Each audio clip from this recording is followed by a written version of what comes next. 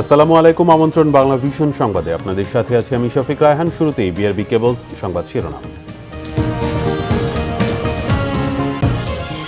করোনায় মৃত্যু নামল ১০০-র নিচে, লকডাউনের সুফল মত বিশেষজ্ঞদের। হাসপাতালে কমেছে কোভিড রোগীর চাপ। ২৮ এপ্রিল পর্যন্ত লকডাউন বাড়ানোর প্রজ্ঞাপন। করোনায় গত এক বছরে দারিদ্র্যসীমার নিচে আরও ২.৫ কোটি মানুষ, গবেষণা প্রতিবেদনের তথ্য। সবার জন্য করোনা টিকা নিশ্চিতে সব দেশকে একসঙ্গে কাজ করার আহ্বান প্রধানমন্ত্রীর। জাতিসংঘের আরও জোরালো ভূমিকার প্রত্যাশা। সরকারের পতন ঘটিয়ে রাষ্ট্র ক্ষমতা দখলই ছিল মামুনুলদের উদ্দেশ্য, জানিয়েছে পুলিশ। হেফাজতের তাণ্ডবে বিএনপি সম্পৃক্ততা প্রমাণিত, দাবি কাদেরের। দেখছিলেন বিআরবি কেবলস সংবাদ শিরোনাম, এবার বিস্তারিত। টানা ৪ দিন পর মঙ্গলবার দেশে করোনার মৃত্যু ১০০-র নিচে নামল। কোভিড-১৯-এ আরও ৯১ জনের মৃত্যু হয়েছে। নতুন করোনা রোগী শনাক্ত হয়েছে ৪,৫৫৯ জন। জনস্বাস্থ্য বিশেষজ্ঞরা বলছেন, লকডাউনের সুফল মিলছে, কমছে সংক্রমণের হার। তাদের মতে ঢাকা সহ অন্যান্য বিভাগের রেড স্পটগুলো চিহ্নিত করা হলেও সেখানে জনস্বাস্থ্য কার্যক্রমে ঘাটতি রয়েছে। টানা ৪ দিন পর ২ অঙ্কের কোটায় করোনায় মৃত্যুর সংখ্যা। ৪০৯তম দিনে এসে করোনায় আরও ৯১ জনের মৃত্যু হয়েছে, যার মাঝে ৫৮ জন পুরুষ ও ৩৩ জন মহিলা। করোনায় এ পর্যন্ত মারা গেলেন ১০,৫৮৮ জন। ২৪ ঘন্টায় ২৭,০৫৬টি নমুনা পরীক্ষায় শনাক্ত হয়েছে ৪,৫৫৯ জন। মোট করোনা শনাক্ত হল ৭,২৭,৭৮০ জনের। একদিনে দেশে সুস্থ হয়েছেন ৬,৮১১ জন। এ নিয়ে মোট সুস্থ ৬,২৮,১১১ জন। ২৪ ঘন্টায় শনাক্তের হার ১৬.৮৫, সুস্থতার হার ৮৬.৩১ ও মৃত্যুর হার ১.৪৫%। বিভাগওয়ারি ২৪ ঘন্টায় সবচেয়ে বেশি ৬০ জনের মৃত্যু হয়েছে ঢাকা বিভাগে। এরপরই চট্টগ্রামে ১৭, রাজশাহীতে ৩, খুলনায় ৫, বরিশালে ৪ ও রংপুরে ২ জন। এমন বাস্তবতায় জনস্বাস্থ্য বিশেষজ্ঞরা বলছেন, ঝুঁকিপূর্ণ এলাকা শুধু চিহ্নিত করলেই চলবে না, স্বাস্থ্য কার্যক্রম জোরদার সহ নজরদারিও বাড়াতে হবে সেখানে। লকডাউনের সুফল কিন্তু আমরা অলরেডি পেতে শুরু করেছি। গত কয়েকদিন যাবৎ রোগ নির্ণয়ের সংখ্যাটা কিন্তু অনেকটা কমে আসতেছে, এবং আজকে মৃত্যুর সংখ্যাটাও কিছুটা কম। আরেকটা রিকমেন্ডেশন ছিল যে হটস্পটগুলো চিহ্নিতকরণ, সেটাও হয়েছে, কিন্তু শুধু চিহ্নিত করলেই হবে না, যথাযথ জনস্বাস্থ্যের যে কর্মপরিধি সেগুলোকে বাড়াতে হবে এবং ইমপ্লিমেন্ট করতে হবে। আর শুধু ঢাকার মধ্যে হটস্পট চিহ্নিত করলেই হবে না, ঢাকার বাইরেও অনেক হটস্পট আছে। স্বাস্থ্যবিধি কঠোরভাবে মেনে চলারও পরামর্শ এই জনস্বাস্থ্য বিশেষজ্ঞের। তাইমুর রশিদ, বাংলা ভিশন, ঢাকা। এদিকে লকডাউনে রাজধানীর সরকারি হাসপাতালগুলোয় কোভিড রোগীর চাপ কিছুটা কমেছে, এমনটাই জানিয়েছেন হাসপাতাল পরিচালকরা। তবে ভর্তি হওয়া রোগীদের মধ্যে মৃত্যুর হারও বেড়েছে বলে জানান কেউ কেউ। লকডাউনে কিছু অফিস আদালত, ব্যবসা প্রতিষ্ঠান ও গণপরিবহন বন্ধ থাকায় কমেছে মানুষের চলাফেরা। রাজধানীর কয়েকটি সরকারি হাসপাতালের কর্তৃপক্ষ জানিয়েছে, লকডাউনে কোভিড রোগী ভর্তির চাপ কমেছে। লকডাউনের পরে করোনা রোগীর চাপও কিন্তু কম্পারেটিভলি বিগত দিনের চেয়ে একটু কম মনে হচ্ছে, কারণ এখন ভর্তি রোগীর চাপ অনেকটা কম। এখন আমার সিট খালি আছে। আমাদের এখানে কোভিড পেশেন্ট গত কয়েকদিনে কিন্তু গ্র্যাজুয়ালি কমে আসছে ভর্তির সংখ্যা, এবং আমাদের বেশ কিছু শয্যা খালি রয়েছে। আমরা কিন্তু এখন যাদের ভর্তি হতে চায় তারা আসলে আমরা ইজি ভর্তি করতে পারবো। চিকিৎসকরা আরও বলছেন, করোনা আক্রান্ত অনেকের লক্ষণ দেখা না দেয়ায় সংক্রমণের ঝুঁকি বাড়ছে। আবার অনেকে আক্রান্ত হয়ে হাসপাতালে চিকিৎসা নেয়ার পরও মারা যাচ্ছেন। তাই স্বাস্থ্যবিধির ওপর আবারও জোর দিলেন তারা। এবারের যে ভ্যারিয়েন্টটা, এটা কিন্তু অল্প দিনে সে জটিলতা তৈরি হচ্ছে, অল্প দিনে শ্বাসকষ্ট হচ্ছে এবং রোগীকে ভর্তি হতে হচ্ছে, যার জন্য দেখা যাচ্ছে যে এবং এর সিভিয়ারিটি বেশি দেয়, ভর্তি রোগীর মধ্যে মৃত্যু রেট আগের তুলনায় বেশি। ইয়াং জেনারেশন ইমিউনিটিটা ভালো, অনেক দৌড়াদৌড়ি করে, তাদের কিন্তু এই যে অ্যাসিমটোমেটিক কেস হওয়ার বেশি সম্ভাবনা, উপসর্গবিহীন বেশি হওয়ার সম্ভাবনা। সো এরা যখন অনেকের সাথে মিশে, তখন কিন্তু ভালনারেবল গ্রুপ যেগুলো আমরা বলি যে বাচ্চা অথবা প্রেগনেন্ট মাদার অথবা বয়স্ক লোক, তাকে কিন্তু সে যখন সংক্রামিত করে দিচ্ছে, আর সে কিন্তু নিজেও জানে না যে সংক্রামিত করছে, উনি কিন্তু তখন একটা সমস্যা পড়ে যাচ্ছেন। তবে লকডাউনে পরিবহন সংকটে দুর্ভোগ পোহাচ্ছেন রোগী ও স্বজনরা। মতিঝিল পর্যন্ত একবার ভাগ করে নিলাম, তারপর মতিঝিল থেকে আবার আসতে পারলাম। আবার যাওয়ার সময় আমাকে হয়তো এইভাবে 3 ভাগে ভাগ করে যেতে হবে, কারণ একটানা এত দূর রিক্সা যেতে চায় না। রিক্সাটা আবার আটকিয়ে দিচ্ছে, দর্শনার্থী কাটছিল দিকে তারপরেও আসতে দিতে চায় না। ঢাকা মেডিকেল কলেজ হাসপাতালের কোভিড ইউনিটের বাইরে করোনা রোগীর স্বজনদের পাশে দাঁড়িয়েছেন তৃতীয় লিঙ্গের কয়েকজন। এমনকি দুস্থ রোগীদের হাসপাতালে আনা নেয়ায়ও সাহায্য করেন তারা। শিহাব হোসেন, বাংলা ভিশন, ঢাকা। করোনা সংক্রমণ রোধে চলমান লকডাউনের মেয়াদ আগামী ২৮ এপ্রিল পর্যন্ত বাড়িয়ে প্রজ্ঞাপন জারি হয়েছে। মঙ্গলবার এ সংক্রান্ত একটি প্রজ্ঞাপন জারি করেছে মন্ত্রিপরিষদ বিভাগ। এতে বলা হয়, করোনা সংক্রমণের বর্তমান পরিস্থিতি বিবেচনায় লকডাউনের সময়সীমা ২১ এপ্রিল মধ্যরাত থেকে ২৮ এপ্রিল মধ্যরাত পর্যন্ত বর্ধিত করা হলো। আগের সব বিধিনিষেধ বহালের পাশাপাশি আন্তর্জাতিক বিশেষ ফ্লাইট চলাচল ও ব্যাংকিং কার্যক্রম অব্যাহত থাকবে। এর আগে সোমবার সচিবদের সভায় লকডাউন ১ সপ্তাহ বাড়ানোর সিদ্ধান্ত হয়। বিমান, সমুদ্র, নৌ ও স্থলবন্দর এবং এ সংক্রান্ত অফিসগুলো এই নিষেধাজ্ঞার বাইরে। স্বাস্থ্যসেবা ও গণমাধ্যম সহ জরুরি সেবা কার্যক্রমও চলবে, আর শিল্প কারখানাগুলো নিজস্ব ব্যবস্থাপনায় চালু আছে। করোনার প্রভাবে কাজ হারিয়ে ১ বছরে নতুন করে দারিদ্র্যসীমার নিচে চলে গেছে ২.৫ কোটি মানুষ। এ সময় মানুষের সঞ্চয় ১১% কমার পাশাপাশি দ্বিগুণ হয়েছে ঋণের বোঝা। এমন তথ্য উঠে এসেছে দুই গবেষণা প্রতিষ্ঠান পিপিআরসি ও বিআইজিডির যৌথ জরিপে। কাজ হারানো ৮% মানুষ আজও কাজে ফিরতে পারেনি বলে জানিয়েছে প্রতিষ্ঠানটি। তারা বলছে, ঢাকা ছেড়ে যাওয়া ১০% মানুষ আর ফিরতে পারেনি এখানে। দেশজুড়ে লকডাউনে সবচেয়ে বেশি ঝুঁকিতে পড়েছে দারিদ্র্য মানুষ, আর গ্রামের তুলনায় শহরের গরিবরা বিপদে পড়েছেন বেশি। এই সময়ে যারা কাজ হারিয়েছেন তাদের ৮% এখনও কাজে ফিরতে পারেননি। বাধ্য হয়ে কম বেতনে অন্য পেশায় যেতে বাধ্য হয়েছেন কেউ কেউ। স্বল্প আয়ের মানুষরা কোথায় দাঁড়িয়ে আছে? গবেষণা প্রতিষ্ঠান পাওয়ার অ্যান্ড পার্টিসিপেশন সেন্টার ও বিআইজিডির গবেষণা বলছে, আয় না থাকায় মাসে অন্তত একদিন সারাদিন না খেয়েছিলেন গ্রামের ১% মানুষ, আর শহরে অভুক্ত ছিলেন ২.২%। ৬,০৯৯টি পরিবারের সাথে কথা বলে গবেষকরা জানিয়েছেন, দেশে চরম দারিদ্র্য ৬৫ লাখ বেড়েছে, আর নতুন করে দরিদ্র হয়েছেন ১৫% মানুষ। আমাদের স্যাম্পলের মধ্যেই, যেটা এক ধরনের প্রপুর স্যাম্পল ছিল, তার মধ্যে কিন্তু ৪% চরম দরিদ্রের সংখ্যা বেড়েছে ১ বছর। ন্যাশনালি 14.5% আমাদের যে দারিদ্র্য ছাড়াও বাইরে নিউ পুয়ার, এই যে নতুন যারা যোগ দিয়েছে, সেই একটা বিশাল জনগোষ্ঠী প্রায় ২.৫ কোটির মতো হয়, সেটাও আমাদের বিবেচনার মধ্যে আসবে। আর ডক্টর হোসেন জিল্লুর রহমান জানিয়েছেন, করোনায় কৃষি খাতের শ্রমিকরা তেমন বেশি ক্ষতিগ্রস্ত না হলেও পরিবহন শ্রমিক, দিনমজুর ও ছোট ব্যবসায়ীরা ক্ষতিগ্রস্ত হয়েছেন বেশি। বাসা ভাড়া ও স্বাস্থ্য খাতের খরচ সহ খাদ্য বহির্ভূত খরচ বাড়লেও আয় কমেছে ৭০%। ক্ষতি মোকাবেলায় সরকার বিভিন্ন পদক্ষেপ নিলেও তা খুব একটা কাজে আসেনি। যে সহায়তা দেওয়ার ইচ্ছাটা সরকার ব্যক্ত করেছে, ভালো কথা, কিন্তু সহায়তা দেওয়ার পন্থা নিয়ে তাদের পুনঃচিন্তা করা দরকার, আর বরাদ্দের পরিমাণও অবভিয়াসলি বাড়ানো প্রয়োজন। আর সেকেন্ড হচ্ছে যে টার্গেটিং, এইটা অত্যন্ত একটা গুরুত্বপূর্ণ বিষয় যে দেওয়ার জন্য। এখানে আমার মনে হয় সেই যে আমলাতান্ত্রিক তালিকা তৈরির গল্পের মধ্যে আমরা বারবার আটকে যাচ্ছি। সংক্রমণ ঠেকাতে জীবন জীবিকা বিবেচনায় স্মার্ট লকডাউনের পরামর্শ গবেষকদের। সেই সাথে শহর ও গ্রামের দারিদ্র্য বিবেচনায় বাস্তব ভিত্তিক সহায়তা কর্মসূচি বাস্তবায়নের তাগিদ দেন ডক্টর হোসেন জিল্লুর রহমান। অত্যন্ত গুরুত্বপূর্ণ একটা মনোযোগ দিতে হবে। জিয়াউল হক সবুজ, বাংলা ভিশন, ঢাকা। সুতরাং প্রধানমন্ত্রী শেখ হাসিনা বলেছেন, সবার জন্য করোনার টিকা ও অন্যান্য চিকিৎসা উপকরণের চাহিদা মেটাতে সব দেশের একসঙ্গে কাজ করা দরকার। টিকা উৎপাদনে সহায়তা দিতে এরই মধ্যে উৎপাদন করা দেশগুলোর প্রতিও আহ্বান জানিয়েছেন তিনি।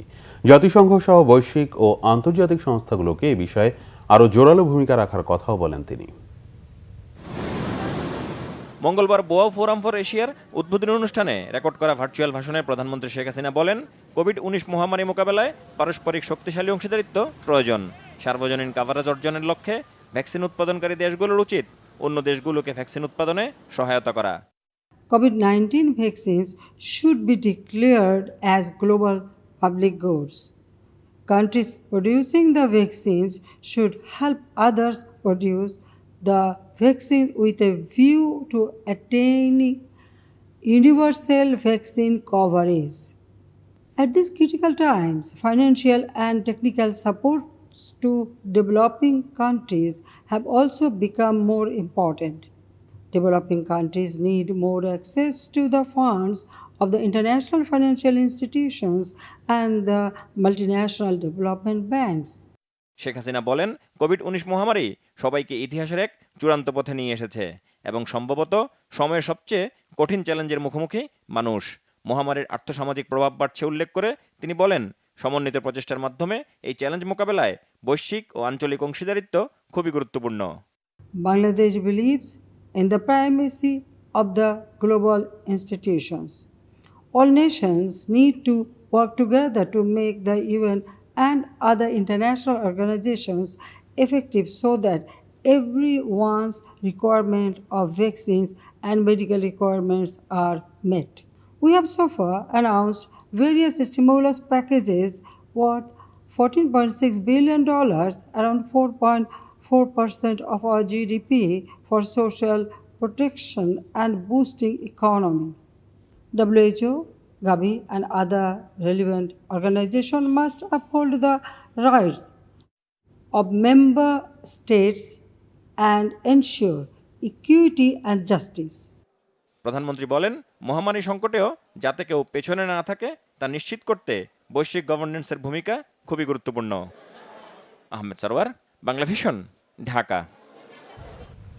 বিএনপি চেয়ারপারসন বেগম খালেদা জিয়ার শারীরিক অবস্থা স্থিতিশীল আছে বলে জানিয়েছেন তার চিকিৎসকরা। তারা বলেন, বেগম জিয়ার নতুন করে আর জ্বর আসেনি। বিএনপি চেয়ারপারসনের শারীরিক অবস্থা পর্যবেক্ষণ করতে মঙ্গলবার রাত 9:45 গুলশানে বেগম জিয়ার বাসভবন ফিরোজায় যান অধ্যাপক ডক্টর MAZ জাহিদ হোসেন। প্রায় 1 ঘণ্টা সেখানে অবস্থানের পর বের হয়ে তিনি সাংবাদিকদের জানান, বেগম খালেদা জিয়ার শরীরের তাপমাত্রা স্বাভাবিক রয়েছে।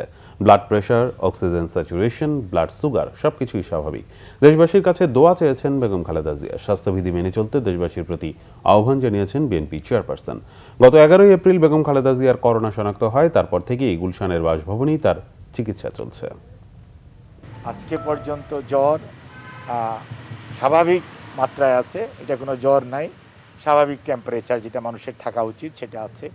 ওনার শ্বাস প্রশ্বাস আলহামদুলিল্লাহ স্যাচুরেশন, অক্সিজেন স্যাচুরেশন খুবই ভালো আছে এবং ওনার খাবার রুচি পূর্বের ন্যায় আছে। আবার ওনার কখনোই আপনার কাশি বা গলা ব্যথা এরকম সিমটম উপসর্গগুলো ছিল না, সেটি এখনও নাই এবং উনি অন্য দিনের চেয়ে আজকে অনেকটা ভালো বোধ করছেন বলে আমাদেরকে জানিয়েছেন। কওমি মাদ্রাসার কোমলমতি শিক্ষার্থীদের পুঁজি করে সরকারের পতন ঘটিয়ে রাষ্ট্রীয় ক্ষমতা দখলই মামুনুলের মূল উদ্দেশ্য ছিল। আর নারায়ণগঞ্জে নাশকতার মামলায় তাকে গ্রেফতার দেখিয়ে রিমান্ড চাওয়া হবে, জানিয়েছে পুলিশ। এদিকে মামুনুল গ্রেফতারের পর নড়েচড়ে বসেছে হেফাজতে ইসলাম। স্বরাষ্ট্রমন্ত্রীর সঙ্গে দেখাও করেছেন সংগঠনটির নেতারা। মতিঝিল শাপলা চত্বরে হেফাজত ইসলামের তাণ্ডবের পর গত বছর বঙ্গবন্ধুর ভাস্কর্য নির্মাণের বিরোধিতা করে আবারও আলোচনায় আসে সংগঠনটি। স্বাধীনতার সুবর্ণ জয়ন্তীর অনুষ্ঠানে ভারতের প্রধানমন্ত্রী নরেন্দ্র মোদীর আগমন ঘিরে মার্চ মাসে সহিংস হয়ে ওঠে তারা। এসব ঘটনায় বিভিন্ন থানায় একাধিক মামলা হয়। পুরনো 5টি সহ মোট 23টি মামলার তদন্ত শুরু করেছে পুলিশের অপরাধ তদন্ত বিভাগ CID। ইতিমধ্যে নারায়ণগঞ্জে নাশকতার একটি মামলায় হেফাজতের যুগ্ম মহাসচিব মামুনুল হকের সম্পৃক্ততা পাওয়ার দাবি করেন CID প্রধান ব্যারিস্টার মাহবুবুর রহমান। আমাদের খুব ভালো সেট অফ ইনভেস্টিগেটরস আছে, আমাদের ফরেন্সিক আছে, আমাদের DNA আছে, আমাদের সাইবার এক্সপার্টসরা আছে। এইসব জিনিসগুলো, এইসব কাজে যারা জড়িত ছিল, যারা অনেকে উপস্থিত ছিল, অনেকে ইন্ধন দিয়েছে, অনেকে অ্যাবেট করেছে। সো আমরা এদের সবাইকে আমরা আইনের আওতায় আমরা নিয়ে আসবো। আমরা অপেক্ষা করছি, এখন একটা কেস রিমান্ডে আছে, এটা শেষ হওয়ার পরপরই আমরা ওনাকে রিমান্ডে আমরা নিয়ে আসবো। আমরা দেখেছি আমাদের এই কেসেও আমরা ইনভলভমেন্ট পেয়েছি আমরা প্রাথমিকভাবে। গেল রবিবার 2020 সালে মোহাম্মদপুর থানার ভাঙচুরের মামলায় গ্রেফতার করা হয় মামুনুল হককে। তাকে গ্রেফতারের পরে টনক নড়ে হেফাজতের শীর্ষ নেতাদের। সোমবার রাতে তারা ছুটে যান স্বরাষ্ট্রমন্ত্রীর বাসায়, তবে তাদের বৈঠকের বিষয়ে কোনো পক্ষই মুখ খোলেনি। ওই মামলায় রিমান্ডে থাকা মামুনুল মসজিদে হামলা ও মারধরের ঘটনায় দুঃখ প্রকাশ করেছেন বলে জানান তেজগাঁও বিভাগের উপপুলিশ কমিশনার হারুনুর রশিদ। আমি তাকে প্রত্যেকটা ওয়াজ দেখায় বললাম যে প্রত্যেকটা হলো হেফাজতের প্রোগ্রাম। সেখানে আপনি শাহরিয়ার কবিরকে মুরগি চুর বলতেছেন, রাশেদ খান মেননকে, জাস্টিস মানিক সাহেবকে জুতা পিটা করার কথা বলতেছেন। আসলে তার সবশেষে কথা যে আমরা বুঝতে পেরেছি কথা বলে, তার উদ্দেশ্য ছিল যে বাংলাদেশের যে কওমি মাদ্রাসার ধর্মীভীরু যে মুসলিম বা ছোটো ছোটো বাচ্চাদেরকে যেন তেন প্রকারে প্রভোগ করে তার যে একটা উচ্চ বিলাস রাজনীতি পদ খায়েশ করা বা রাজনীতি পদ দখল করা, বা ক্ষমতায় যাওয়া, এটাই ছিল তার মূল উদ্দেশ্য। মামলার তদন্তের স্বার্থে মামুনুলের মোবাইল ও ল্যাপটপ জব্দ করার প্রক্রিয়া চলছে বলে জানান পুলিশের এই কর্মকর্তা। আলাপ করে নিয়ে নিব। জিয়া খান, বাংলা ভিশন, ঢাকা। আওয়ামী লীগ সাধারণ সম্পাদক ওবায়দুল কাদের বলেছেন, হেফাজতের তাণ্ডবে বিএনপির যে প্রত্যক্ষ ও পরোক্ষভাবে জড়িত তা প্রমাণিত। মঙ্গলবার নিজ বাসভবন থেকে রাজশাহী সড়ক জোন, বিআরটিসি ও বিআরটি এর সাথে কর্মকর্তাদের সাথে ভার্চুয়াল কনফারেন্সে কথা বলেন তিনি। এই তাণ্ডব লীলার সঙ্গে সরাসরি জড়িত সরকারি সম্পত্তি, বেসরকারি সম্পত্তি, বাড়ি ঘরে যারা হামলা চালিয়েছে, আগুনে পুড়িয়েছে, সন্ত্রাস করেছে, তাদের ভিডিও ফুটেজ দেখেই তাদেরকে গ্রেপ্তার করা হচ্ছে। অথচ মির্জা ফখরুল ইসলাম আলমগীর আজকে নিজেদেরকে আড়াল করার জন্য শাক দিয়ে মাছ ঢাকার অপচেষ্টা চালিয়ে যাচ্ছেন। তাদের কথাবার্তা মনে হয় যে তারা ঠাকুর ঘরে কেড়ে আমি কলা খাই না। হেফাজতের এই তাণ্ডবে আপনারা তো প্রত্যক্ষ এবং পরোক্ষভাবে জড়িত, এটা সবাই জানে। খাগড়াছড়ির ফেনী নদীর ওপর নির্মিত মৈত্রী সেতুর উদ্বোধন হলেও বন্দরের অবকাঠামো নির্মাণ না হওয়ায় সুফলের জন্য এখনও অপেক্ষমান দুই দেশ। সংশ্লিষ্টরা বলছেন, রামগড়ে প্রস্তাবিত স্থলবন্দর চালু হলে পাল্টে যাবে বাংলাদেশ ও ভারতের মধ্যে ব্যবসা বাণিজ্য ও পর্যটন খাত। আগামী জুলাইতে বন্দরের নির্মাণ কাজ দৃশ্যমান হবে বলে জানিয়েছে কর্তৃপক্ষ। খাগড়াছড়ি প্রতিনিধি HM প্রফুল্লর রিপোর্ট। ভারত বাংলাদেশ সম্পর্কে নতুন মাত্রা যোগ হয়েছে ফেনী নদীর উপর নির্মিত মৈত্রী সেতু 1-এর ফলে। গত 9 মার্চ উদ্বোধন হওয়া এই সেতু ভারতের ত্রিপুরা রাজ্য সহ আশপাশের বিভিন্ন রাজ্যের ব্যবসা বাণিজ্য ও পর্যটন খাতে আনবে গতি। বাংলাদেশ ও ভারতকে যুক্ত করবে খাগড়াছড়িতে প্রস্তাবিত রামগড় স্থল বন্দর, যা থেকে চট্টগ্রাম সমুদ্র বন্দর ও বিমানবন্দরের দূরত্ব মাত্র 100 কিলোমিটার। তবে স্থলবন্দরের প্রয়োজনীয় অবকাঠামো গড়ে না ওঠায় আপাতত কোনো সুফল মিলছে না এ সেতু থেকে। এখানে স্থাপনাগুলো অতি সত্বর নির্মাণ করা হোক এবং এই নির্মাণ করা হলে এবং স্থলবন্দর চালু হলে অচিরেই আমাদের এখানে অর্থনীতির চাকা গতিশীল হবে। উপজেলা তথা পুরা খাগড়াছড়ি জেলার জীবনযাত্রার মানের দৃশ্যপট পাল্টে যাবে, এখানকার রাজস্ব আয় বাড়বে। স্থলবন্দরের অবকাঠামো গড়ে তুলতে রামগড় পৌরসভার মহামণি এলাকায় 10 একর জমি অধিগ্রহণ করে সংশ্লিষ্ট দপ্তরকে বুঝিয়ে দেওয়া হয়েছে। যেসব জমি নিয়ে জটিলতা রয়েছে সেগুলো শুনানির পর্যায়ে আছে। শুনানির পর্যায়ে যদি এই কার্যালয় থেকে নিষ্পত্তি করা সম্ভব হয়, সেক্ষেত্রে ক্ষতিপূরণ অর্থ প্রদান করা হবে। ওয়ার্ল্ড ব্যাংকের পারমিশন লাগে, তো ওয়ার্ল্ড ব্যাংকে যাবে, মন্ত্রণালয় যাবে, পাস করবে। এই করে করে জুলাই মাসে আমরা তাকে কাজ শুরু করাচ্ছি। রামগড় স্থল বন্দরে সম্ভাব্য খরচ ধরা হয়েছে 140 কোটি টাকা। কাজ শেষ হওয়ার কথা রয়েছে 2023 সালের 30 জুনের মধ্যে। Bangla vision news desk. সংবাদ শেষ করব, বিআরবি কেবল শিরোনামগুলো আরেকবার। করোনায় মৃত্যু নামলো 100 নিচে। লকডাউনের সুফল মত বিশেষজ্ঞদের। হাসপাতালে কমেছে কোভিড রোগীর চাপ।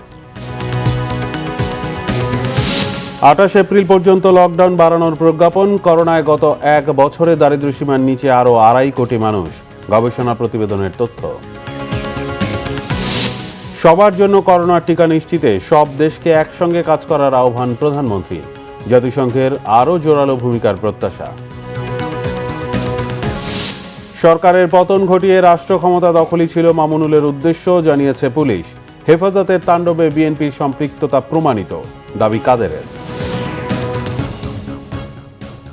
এই ছিল এখনকার মতো। পরের সংবাদ সকাল 10টায়, এর আগে 9টায় রয়েছে নিউজ টপ 10 দেখার আমন্ত্রণ রইল। এছাড়া বাংলা ভিশন সংবাদ ও সংবাদ সংশ্লিষ্ট অনুষ্ঠান দেখতে ভিজিট করুন www.banglavision.tv ও facebook.com/banglavision এবং সাবস্ক্রাইব করুন youtube.com/banglavision।